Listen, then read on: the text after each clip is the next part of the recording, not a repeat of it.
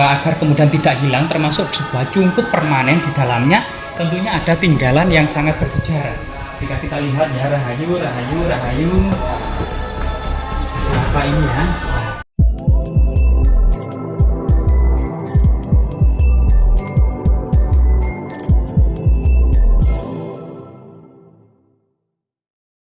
Peradaban Majapahit yang berkembang di abad ke-14 Masehi telah berhasil memayungi seluruh Nusantara.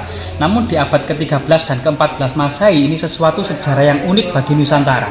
Karena berkembangnya kerajaan Majapahit di Jawa Timur, termasuk berkembang dan munculnya kerajaan Samudra Pasai di ujung utara Pulau Sumatera.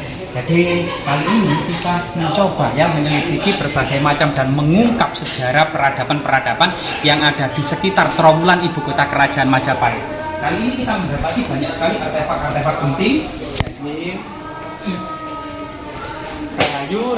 rahayu, ong wilaheng, sekaring jagat bawono langgeng, sekaring kajang, sekaring mayang.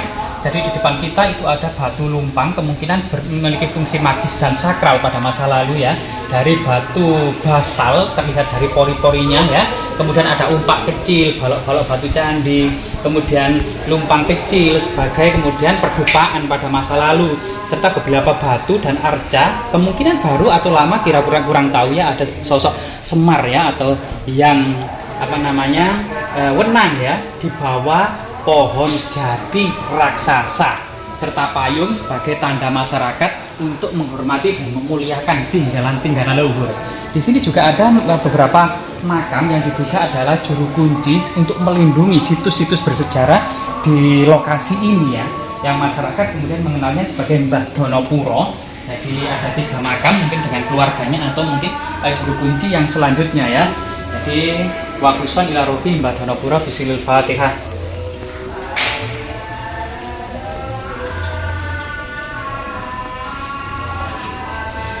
Nah, selain itu kemudian di lokasi ini diduga juga ada seperti kemuncak ya, yang kemudian juga sudah dicor untuk agar kemudian tidak hilang, termasuk sebuah cungkup permanen di dalamnya. Tentunya ada tinggalan yang sangat bersejarah. Jika kita lihat ya, rahayu, rahayu, rahayu. Ada apa ini ya? Nah, di sini. Kemungkinan di sini ada semacam altar ya, sebuah altar pemujaan ya, yang diduga kemudian sejak ada era kerajaan Majapahit. Namun siapa sangka di lokasi ini ada prasasti era kerajaan Singosari. Ini sebagai tanda yang sangat penting bahwasanya Trowulan ini sudah menjadi semacam pemukiman kuno yang sudah ramai sejak abad ke-10 Masehi. Di kota Trowulan ini ditemukan prasasti Kamban, ditemukan prasasti Alasantan, ditemukan prasasti Gemekan, dan kemudian prasasti era Empu Sindok yang lainnya ya. Artinya sejak abad ke-10 lokasi Trowulan sudah menjadi situs penting, baik itu pemujaan, asrama Kadewa Guruan maupun kemudian pemukiman masyarakat pada umumnya.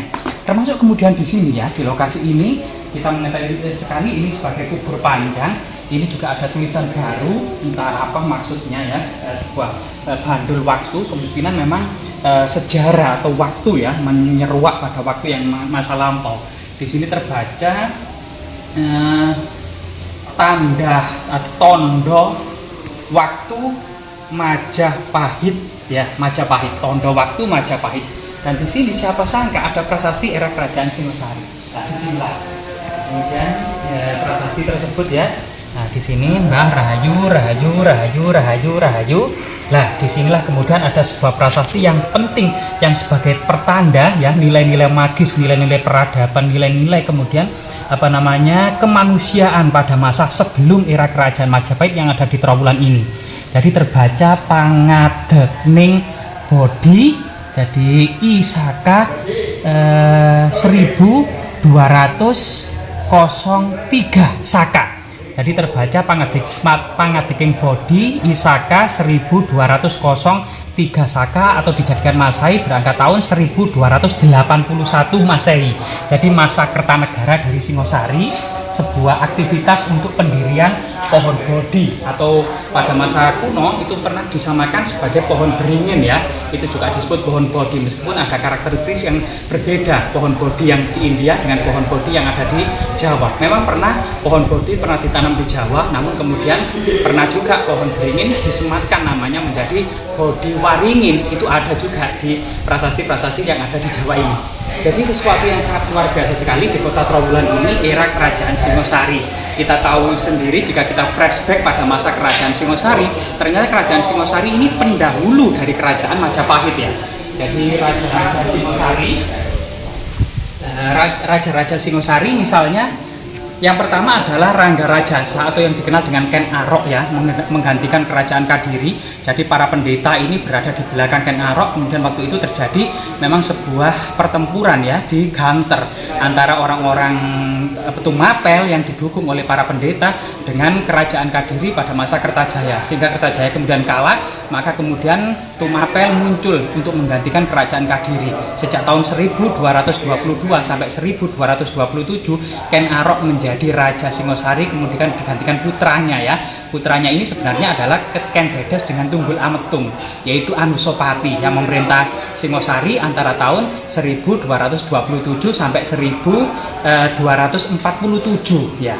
Tahun 1247 ini kemudian ada transisi, yaitu Toh Jaya ini memerintah 1 tahun, yaitu sekitar kemudian 248, sehingga kemudian Toh Jaya ini kemudian digantikan oleh Wisnuwardana ya, yang merupakan ayah dari Kertanegara. Ini memerintah Singosari antara tahun 1248 sampai 1268 Masehi. Kemudian digantikan putranya yaitu Kertanegara memerintah Singosari sebagai raja terakhir antara tahun 1248 sampai 1292 Masehi. Terjadi kemudian kudeta dari raja bawahan yang tidak lain adalah menantunya sendiri, yaitu Jayakatwang ya, atau tidak lain adalah besannya sendiri Jayakatwang, karena Jayakatwang memiliki putra Ardaraja yang menikah dengan salah satu putri dari Kertanegara. Nah, disinilah kemudian Pangadeking Bodhi Isakakala, artinya bojo jadi pohon bodhi, kemudian penanaman ya, itu pada tahun 1203 Saka atau tahun 1281 Masehi, ini pada masa Kertanegara di sini. Pada masa Wisnuwardana dan masa Kertanegara, wilayah yang saat ini sebagai Mojokerto dan Jombang termasuk Pelabuhan Canggu, ini memang ada upaya penting atau pembangunan secara besar-besaran, termasuk Pelabuhan Canggu ini dibangun pada masa Singosari. Jadi Pelabuhan Canggu dan termasuk benteng pertahanan serta pusat perdagangan internasional ini mulai dibangun secara besar-besaran pada masa kerajaan Singosari, yang nantinya akan kemudian diwariskan kepada Majapahit. Jadi kisah yang sangat luar biasa sekali, bahwasanya di lokasi yang cukup sederhana ini dengan atap garvalum ya, yang sudah dijaga dan oleh juru pelihara dan juru kunci, dan ternyata di sini ada semacam prasasti yang sangat penting, yaitu prasasti era kerajaan Singosari, yang kemudian Pangadeking Bodhi ini bisa saja kemudian memiliki simbol keagamaan karena Pangeran Siddhartha Gautama itu menerima wahyu atau pencerahan di bawah pohon Bodhi pada malam pertapaannya. Bahkan sebelum malam penerimaan wahyu itu, kemudian setan marah itu kemudian mau menggoda Pangeran Siddhartha, mengerahkan segala pasukannya untuk menggoda Pangeran Siddhartha, tapi tidak mampu, sehingga kemudian setan marah pun datang sendiri menghadap Pangeran Siddhartha dan mengatakan, "Mengapa kamu di sini duduk termenung di sini? Kembali saja ke istanamu untuk bersenang-senang." Kemudian apa yang menjadi alasan engkau untuk menerima pencerahan? Maka kemudian Pangeran Siddhartha mengatakan, "Aku telah mengabdikan seluruh hidupku untuk masyarakat, mengamalkan seluruh hartaku, serta melakukan segala kebajikan selama hidupku. Apa yang menjadi saksi untuk hal itu?"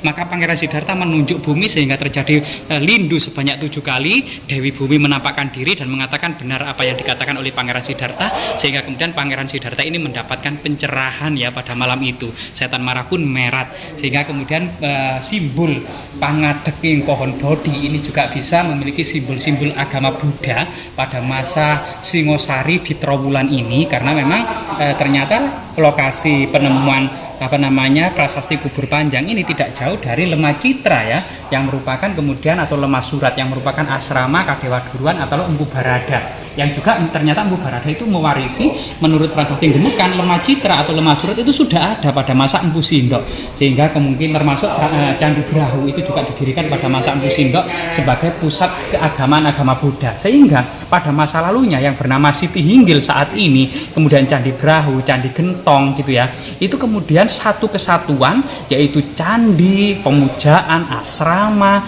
kemudian asrama Buddha, para biku dan bikuni ya, termasuk kemudian seorang pendeta utama agama Buddha. Bahkan pada masa Singosari pula di Lemah Citra atau pekuburan Wurare ini dibuatlah atau ditasbihkan arca Amoghasiddhi yang dikenal arca Joko Dolog yang pada masa kolonial Belanda dipindahkan ke Taman Apsari Surabaya. Semoga bermanfaat.